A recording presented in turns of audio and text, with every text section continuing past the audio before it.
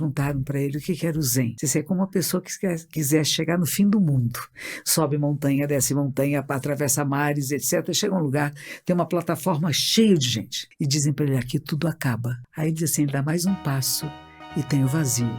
E aí que é o Zen, você se atira nesse desconhecido. Existem várias vertentes do budismo, né? Zazen é uma delas.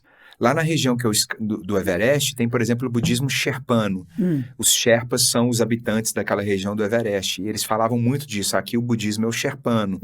E aí eles tinham os lamas que eram os líderes espirituais de cada vila e tudo mais. É isso mesmo? Existem várias vertentes e onde o Zazen entra nessas vertentes? Então vamos lá, tem o Buda histórico que viveu 2.600 anos atrás na Índia, mais ou menos na região do Nepal. E ele vai entrar parinirvana, a gente não fala que um Buda morre, mas que entra parinirvana, o grande nirvana final, com 80 anos de idade. Então depois disso os alunos começam a se reunir, vão fazer concílios.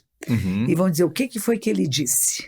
Então a partir do que ele disse vão começar a escrever os textos sagrados. E vai haver grande cisão. Alguns anos depois tem uma cisão na Sangha. Tem a cisão do que é mais tradicionalista, dizendo nós temos que seguir exatamente o que ele disse do jeito que disse, e outro grupo que disse não, nós temos que entender por que ele falou isso, para quem e qual é o sentido principal. Então tem a primeira cisão que vai ser entre Mahayana, que chama grande veículo, e outro que vai chamar Hinayana, que é o veículo menor, mas menor não porque fosse inferior, porque tinha menos adeptos. Entendi. A maior parte ficou esse Mahayana. Deste Mahayana vai sair o Vajrayana, que é o budismo tibetano, que eu acho que está mais ligado com os Sherpas e está mais ligado com as montanhas lá. Então esse é o budismo Vajrayana, que é Vajra é do diamante.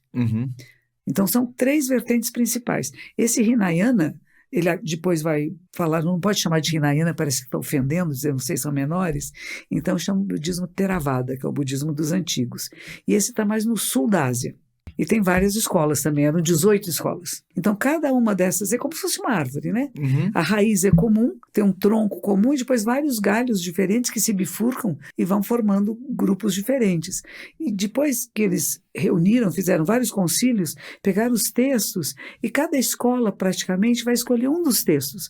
Imagine que ele pregou durante mais de 45 anos, né? Então, diz que eram mais de 80 mil ensinamentos. Então, as pessoas vão escolher alguns deles para se aprofundar. E o Zen budismo, a escola Zen quer dizer meditação. Então, a escola da meditação. O que Buda fez? O que fez esse menino se tornar Buda? Foi Zazen. Ele sentou-se em Zen. E foi através de sentar em Zen. Ele não tinha textos para ler. Ele já tinha passado por yoga, tinha passado por práticas ascéticas, quando ele vai se sentar em meditação. E aí ele tem a experiência mística. E ele vai dizer, eu, a grande terra e todos os seres, juntos nos tornamos o caminho. Eu amo essa frase. Todos os seres juntos nos tornamos o caminho. Eu, a grande terra e tudo que existe no céu e da terra, juntos nos tornamos o caminho. Não estou separado de nada, de ninguém. Isso é o que faz dele um Buda. A percepção de um Buda é isso, em comunhão com tudo que nem você teve lá no Everest, tem na vida, né? Então, estou em conexão com tudo, não estou separado de nada nem de ninguém. E aí cuida. E a partir disso ele vai pregar até os 80 anos, quando ele fica doentinho, ele sabe que está doentinho, sabe que vai morrer, ele está indo em caminho da casa do pai dele, que seria o palácio do pai, e ele se deita embaixo de 4 árvores, né? De tronco branco, chama árvore sala, e faz o seu último sermão, dizendo aos seus discípulos, não vão sozinhos, vão 2 a 2, porque é fácil da gente se perder nesse mundo. Então tenha sempre alguém, não é interessante isso? Maravilhoso. Tem sempre uma referência com você, para você não perder a rota, não perder o caminho. E ele diz, e não se lamentem, tudo que começa, inevitavelmente termina. Não é meu corpo que vocês amam, mas são os ensinamentos. Faça dos ensinamentos o seu mestre e eu vivo para sempre. E aí ele entra para o Nirvana. Aí começam os concílios, começam as divisões, os grupos vão se dividindo, e uma dessas divisões da escola Mahayana, que é do grande veículo, vai ser o Zen Budismo. O Zen Budismo. O Zen Budismo tem 3 grupos principais, um deles é a Soto Zen, que eu pertenço, tem o que chama Rinzai, e tem o Tobaku, que quase que desapareceu. Tem só pequenos templos por aí. E todos os textos são os famosos koans do budismo. é como que a gente passa adiante os ensinamentos. Também usamos koans. Entendi. E também usamos o que a gente chama shikantaza. Shikantaza quer dizer apenas senta. Se você apenas sentar, você chega lá. Mas tem que aguentar. Tem que aguentar. E dói. É delícia. A senhora já escreveu muitos livros. Esse aqui é o que eu mais gosto e é o livro que... Também gosto. É o que eu adoro, adoro. E eu tenho ele todo cheio de orelhinha, assim, que são os que eu leio mais. Eu sempre volto em alguns textos. E essa forma de transmitir ensinamento é muito lúdico, né, Monja? Porque lembra uma história de criança, como que você conta...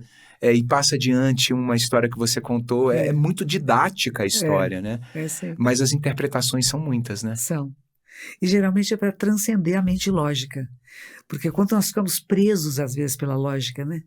Eu tenho que resolver isso intelectualmente. Não, você tem que ir além do intelecto.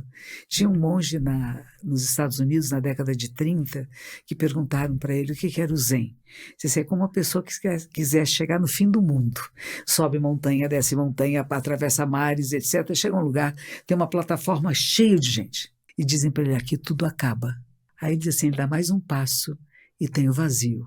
E aí que é o Zen, você se atira nesse desconhecido. Não tem palavra, não tem conhecimento, não tem explicação. Você se atira no nada tudo. Então, para você chegar lá, precisa ter coragem, né? Sim. Porque tem pessoas que dizem, vou perder minha identidade. Eu brinco, você trouxe a carteirinha de identidade com você, né? Vai perder mesmo. Porque é uma identidade falsa que a gente cria, né? Eu sou isto, eu sou aquilo. Não, eu sou um processo. E passo por fases diferentes na vida. Eu não tenho nada a me agarrar. O Sutra da Sabedoria diz isso. Não tem nada onde você se agarre com pés e mãos, porque está tudo fluindo e você flui junto. Então, quando você percebe isto, é diferente de querer analisar logicamente, mas é a mente lógica que nos leva lá. Então, não tem que jogar a lógica fora. A mente lógica ela é muito importante. Ela nos leva à procura de alguma coisa que transcende a si mesmo. Mas você não fica nessa transcendência. Que nem você não fica no topo do Everest. Sim. Você tem que descer. A gente fala, é mergulhar no mar. Sim. Então, você mergulha e você vai lá no fundo, mas você não fica lá. Mas você volta. Quando você volta, a experiência é outra. A sua realidade foi alterada, foi modificada pela experiência de ter passado por alguma coisa que é diferente do dia a dia, de ir no supermercado, no shopping center. Sim. É o shopping center do mundo.